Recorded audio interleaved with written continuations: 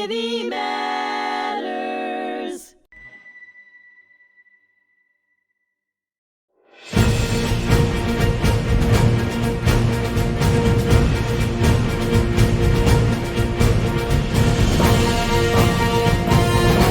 Hello, this is Richard Acritelli here on HMTV with the Fog of War and Humanity. I'm here with my guest to my left, Bob Chartuk, a reporter from the South Shore Press newspaper, a longtime writer, a published author, a man that has worked in a couple of different government jobs, and we'll be talking about those different items tonight. Bob, thank you very much for coming down. It's great to have you. Thanks for having me here. What could you tell me about yourself, where you grew up as a kid? Well, I'm a lifelong resident of Center Moriches. I live on Main Street, where I've lived my entire life, and I went to Center Moriches High School. My mother and father went to Center Moriches High School. My children, my brothers and sisters went there. So I'm probably about as local as you can get in Center Moriches. So when you talk about Center Moriches, right, what is a big thing that you like to say? If you could be like part of the tourism industry for Center Moriches, what would it be? It's a very small town community. Everybody knows everybody. It's very tight-knit. And it's a pretty impressive little downtown, classic downtown America. The Chamber of Commerce does a great job. There's flowers on the lampposts. And they just did the Heroes posters. I know they have them in Rocky Point. Sure. But they also have them in Center Moriches. And there's my neighbors and some people I didn't even know served in the military. All of a sudden, their banners are up there. 1, 2, 3 generations, as a matter of fact. So you really do have small town America. You have some of the water in terms of the bay. Sure. You're not far from the ocean, right? The ocean's right there. You got a lot of farmland, right? Yeah. And it really is a really beautiful area. Oh, right? absolutely. It's a seaside community. I grew up on the ocean. I like to say it's about a mile as the seagull flies from Sure. my house to the Atlantic Ocean. I can get there via the Smith Point Bridge, probably about 20 minutes. So from my house and beyond the beautiful ocean here on the South Shore is quite a nice place to live. So you spent a lot of time out there as a kid, huh? And growing up? Sure. I grew up in Center Moriches. I played a lot of sports. Was a surfer. A lot of my friends and their older brothers took me surfing, so I've been doing that. This will be my 52nd year, Wow. and I still do it. Keeps me in shape. I've traveled all over the world. Just got back from New Zealand on a 3-week tour. Wrote about it for the South Shore Press. Before that, I was in Indonesia, Nicaragua, Mexico, Wow. Hawaii. So you've seen a lot of different places near and far, right? And you've written about it, which is a beautiful thing. Sure. I file stories for the South Shore Press, and I also wrote a book about it titled My Life in the Water, on the Water, Under the Water, and Over the Water. Wow. So a lot of my stories pertain to the ocean and the bays where I grew up. Now, when did you get your start in terms of when you were in high school? Were you thinking right away to go to college to write, or what was the story behind that? The story actually is in today's South Shore Press. I did a story remembering people from 9/11. One of them happens to be a good friend of mine, Bill Matheson. I didn't have any plans after high school. Received a lot of mail from the military, and I was going to accept one of the offers. So what year was that about? It was 1978. Okay. And the Army and the Navy and the Marines and the Air Force wanted me, and I was kind of leaning in that direction. And my friend Bill Matheson said, "Hey, I'm going up to Suffolk Community College to enroll. Why don't you come with me?" I was like, "All right, I'll take a drive with you." And while there, he said, "Why don't you, sign up?" Sure. So I was a matriculated student at Suffolk Community College. Did okay. And another friend of mine said, spent a year up at Oswego State University, SUNY. Why don't you come up there? So my credits transferred. And So you got your 2-year degree and then you end up... only moving 1 on? year at Suffolk 1 year, Community, okay. yep. And 3 years, I got a degree in journalism. And I sent my resumes out while I was in college. Center Moriches and Oswego, Yeah. a little different from each other, right? Absolutely. Yeah. In Lake Ontario. It's gorgeous. I loved it. I think about my college days all the time, right on the lake. Great memories, right? Yeah, we had lake effect snow. And I sent my resume to Suffolk Life newspaper, which was our community newspaper. And they called me while I was in college. And I graduated on a Friday. And that Monday, I got my interview and was hired on the spot. pretty much thanks to the beautiful camera I received for graduation. Back then, it wasn't digital. It was black and white film. I had a motorized Konica camera.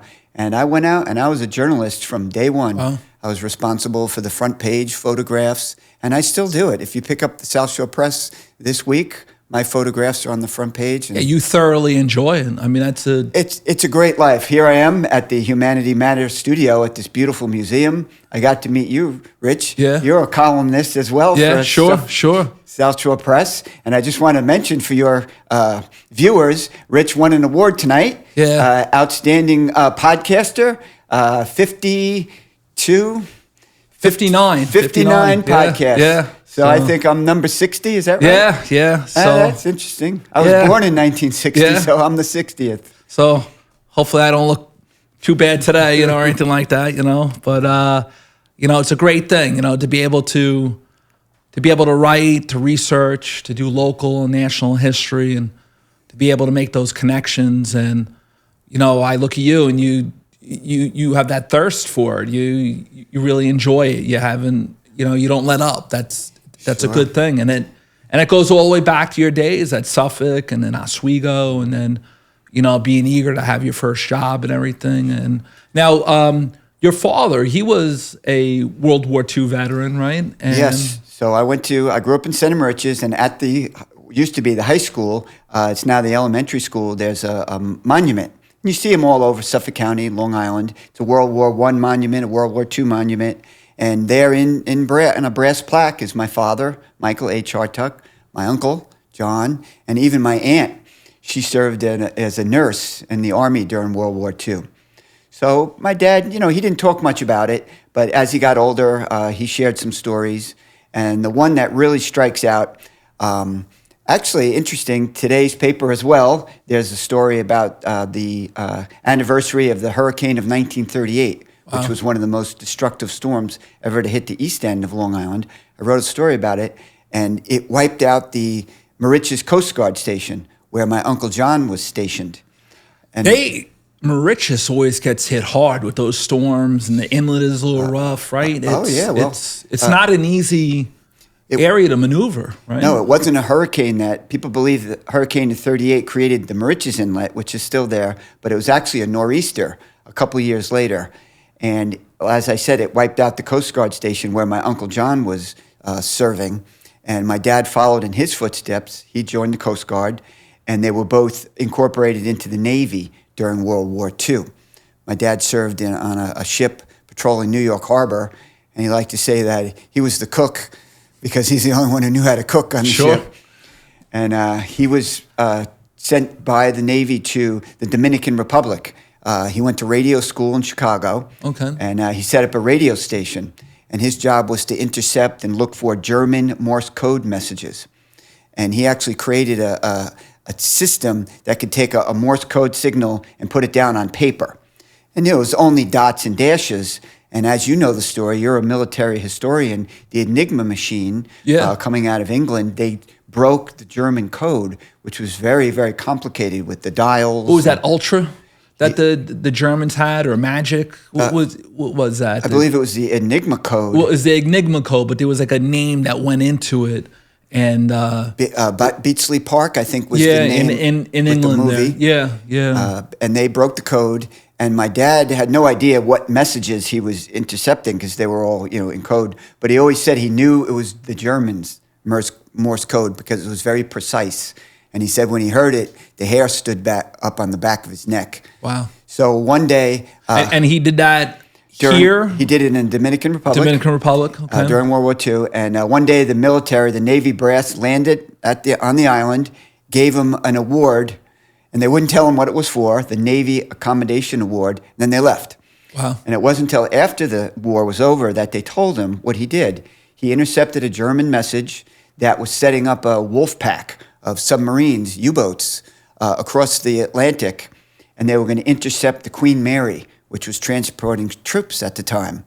And because of that message, they were able to reroute the Queen Mary and save the ship. And it wasn't until probably about 15 years ago, right before my dad passed away, we were at a memorial ceremony in Belport. He was talking to an old-timer, a vet, just like him, and he told him the story, and the veteran started to, tears welled up, and he shook my dad's hand. He said, Was he on the ship I then? was on that ship. Wow. I mean, the losses were just so staggering in terms of all the convoys that were going across. Sure. And then even those later on that end up going into Russia and everything, or the Soviet Union. And I mean, the German U-boats they were very, very tough early on. They were deadly. They were deadly. Military and merchant shipping. They just took a heavy hit against us. And when you look at Long Island, that merchant shipping is a big deal. We had the Merchant Marine Academy here, maritime. So there's a lot of shipping that has traditionally come from this area. And the loss is just, there's a graveyard of it out in the Atlantic Ocean. Oh, yeah, the San Diego is out there. Yeah. Yep, and those life-saving Right stations. off the coast of Sayville, right? Yeah, San Diego, yep, right? in the ocean. The Coast Guard stations, I believe they're one every 5 miles, and the watch people would walk a route. And the famous story, and you probably know it, in Montauk. And I'm against it. The U-boat, the young kid could smell the diesel.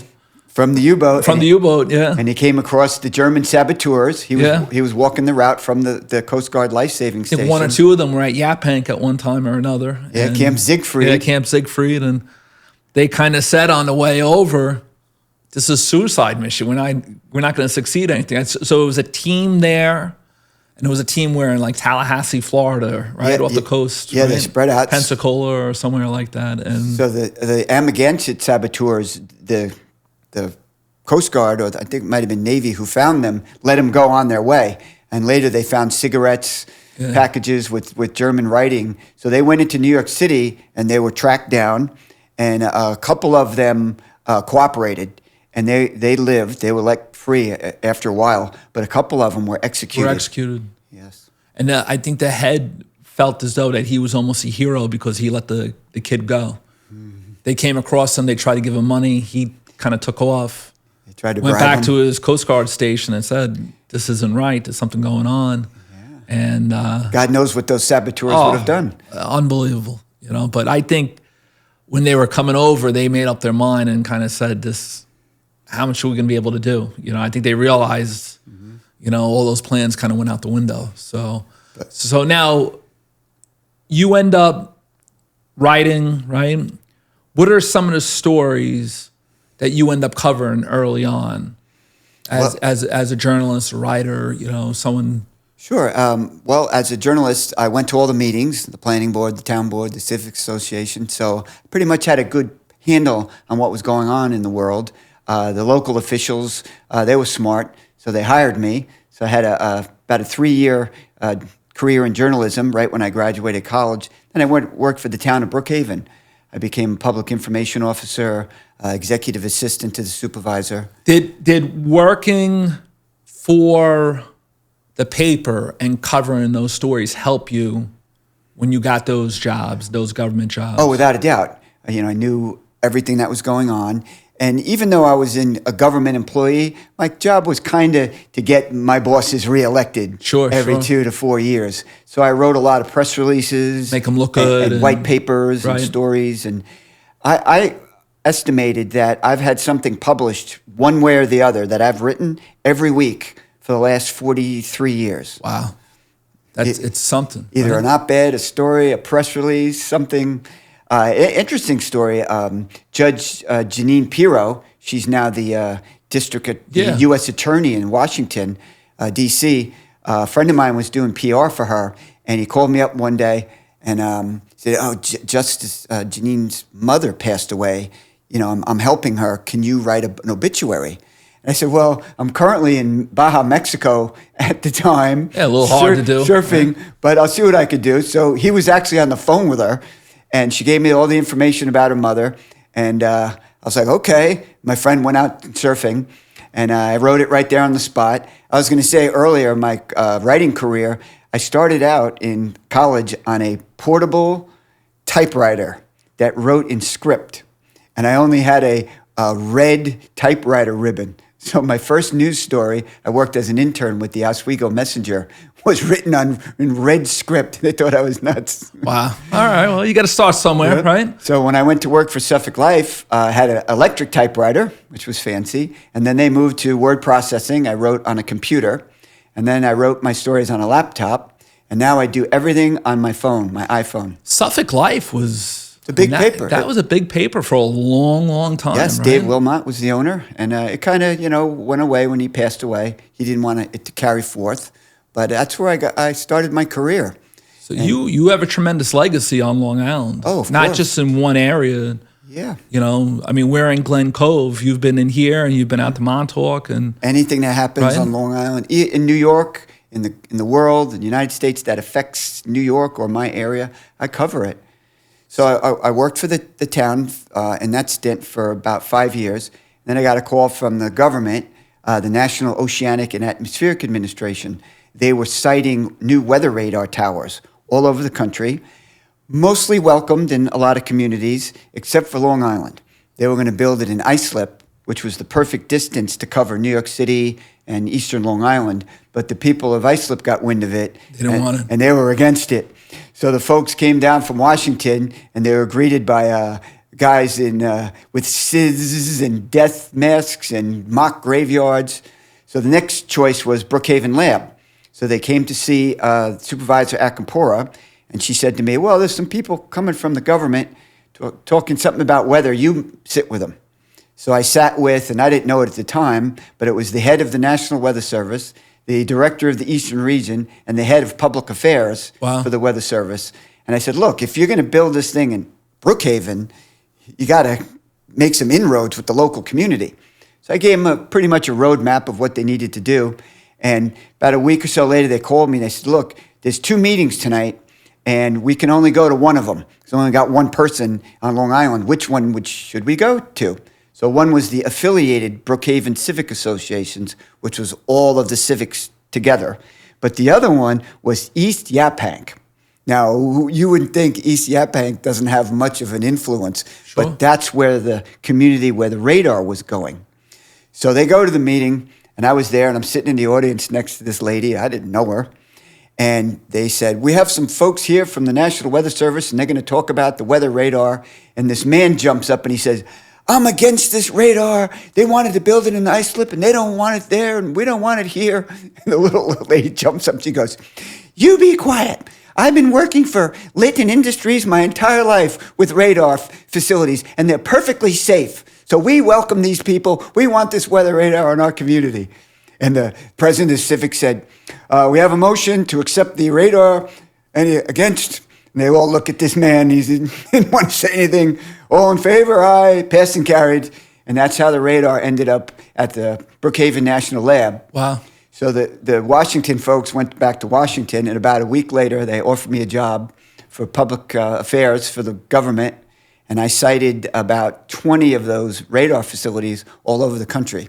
So you really got a good foundation in terms of writing, figuring out situations that aren't always the easiest, knowing about the history of the area, dealing with the people, and trying to get projects completed, passed. And that weather radar, if you turn on your TV to this day and look at a weather radar map, it's coming from the Upton facility. Wow. And that covers... It reaches New York City. There's one in and it goes New Jersey. To Orion and it'll go and Montauk. Yeah, and it's very precise. I mean, you could see a storm. You can go on your iPhone right now and look if it's a little bit of rain. You'll see it on that radar. Do they ever do any upgrades to it or anything? They have since I've been there. Keep in mind, they also did. It was a $4.3 billion modernization effort. And I started with them as they started. They built weather satellites, observing systems. So you were tasked with getting $1 billion project. 4.3, and the Congress said to the Weather Service, we'll give you $4.3 billion, but you have to prove to us every step of the way that the money's being spent wisely. So my job was to reach out to communities, get feedback. Sure. We built the new radar. How's it working? You know, the farmers, agriculture, marine. What about the marine? I would think that, right? Because the boating community is so large on Long Island, right? That right? That the Marine would want something to say about that, right? Absolutely. That's one of the places I sent the folks from the Weather Service. I said, go speak to the fishermen, Marine community, sent them to Hampton Bays where they have the commercial fishing. You know, they did their job, and the radar was accepted. There wasn't that much opposition. And I worked for NOAA for 10 years. Did you have to change your style of writing when it came to working for the government? Yeah, a little bit. Yeah. You know, I wrote press releases. You know, if something Was it happened, more precise and exact, that sort of thing? more factual. More factual, right? Yeah, one thing jumps into my mind, and I hope we cover it at a later podcast, is there's weather observers all over the country. And we had one here. She did it for 50 years, Anna Strong. She lived on Strong's Neck. Strong's Neck, and yeah. she's related back to the Culper spy ring. Sure. That's where the lady hung out. Revolutionary, yeah. Yeah, that's where the lady hung out her laundry and certain Sure. signals. Yeah, to let them know it's safe or not safe to come ashore, right? So she was a National Weather Service observer, and we had a little ceremony for her, and I did a press release for her, so Wow. things like that. And the family is still... I think they're still doing it. Wow. 60, 50, 60, 70 years of weather observations from a single point. It's very valuable. And that family name's still going. Sure, Strong's Neck. It's unbelievable, right? It's just...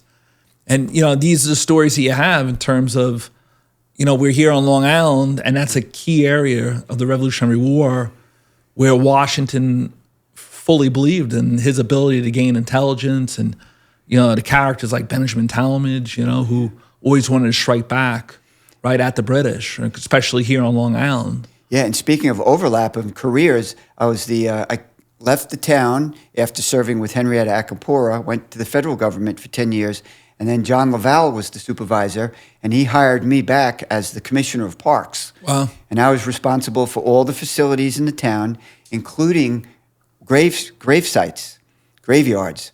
And we have a lot of revolutionary graveyards here on Long Island and Brookhaven, Suffolk County. And people don't know this, but the VA, if you request, they'll send you a new headstone for any veteran. So we had Revolutionary War veterans, Civil War veterans buried here, and there's a number of them. So when you do that request and you're doing the paperwork, what is the biggest thing that you're writing? If faded, you can't see the words, it's not, you know, you can't read it any longer, or is Correct. that... Yeah, the original headstones were sandstone, and, you know, you think you're carving something in the stone, but after a couple hundred years, it starts to fade. So we applied to the Veterans Administration, and they would send us brand new granite. You've seen them, the Sure. white. They're very typical of veterans' headstones, and we put them throughout the town. We didn't replace the originals, either put it in front of it or behind it. Were there some names like Strong that you came across that were historic names in terms of the military for the Revolutionary War, the Civil War, you know, both world wars? Oh, yeah. Well, right in my community, East Moriches, you had the Josiah Smith graveyard. Sure. And they're not very well publicized. There's not like a big sign. Are they related to Tangier Smith in terms of Smith's Point? Absolutely. Yeah, and I'd like to talk to you a little later about Tangier Smith and the Manor of St. George. Sure, sure. So we put up those graveyards. I mean, you drive down Middle Country Road in Center Moriches, Selden, you won't see them, but they're tucked away. They're tucked back there, yeah. And they have Revolutionary War heroes. Is there buried. one or two in Quorum near like Mooney Pond Road where you had those little ponds there, Yes, and you're kind of in the back of Middle Country Road, and Route 112 is kind of nestled back there, right? Without a doubt, yeah. Wow. So We took care of a lot of those. all right, so we're going to come back with Bob here for a second episode of The Fog of War and Humanity here on HMTV. We have a lot of great stuff. Please come back to us.